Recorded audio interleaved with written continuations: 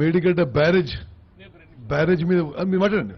Barrage పోవడానికి అంటే late అవుతుంది కాబట్టి ఇప్పుడు జీవన్ రెడ్డి గారు, శ్రీధర్ బాబు గారు మీరు మాట్లాడిన తర్వాత మనం బ్యారేజ్ మీదకి పోయొచ్చి మనం ఇంటరాక్షన్ ఉంటే కంటిన్యూ చేద్దాం.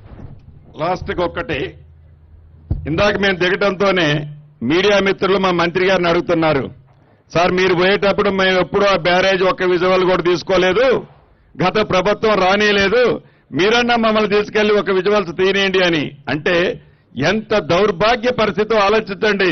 మీడియా మిత్రులు చూస్తే, అది ఎక్కడో మీడియాలో వస్తే ఏమి జరుగుతుందో ప్రజలకు తెలిస్తే ఏమి జరుగుద్దో అనేది గ్రహించి అదేందో పాకిస్తాన్లో ఏదన్నా ఒక ఆటం బాంబు తయారు చేస్తే అక్కడికి ఎవరూ బావద్దన్నట్లు ఈ పరిస్థితి గత ప్రభుత్వాన్ని.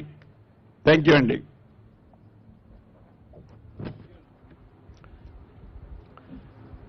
ఈరోజు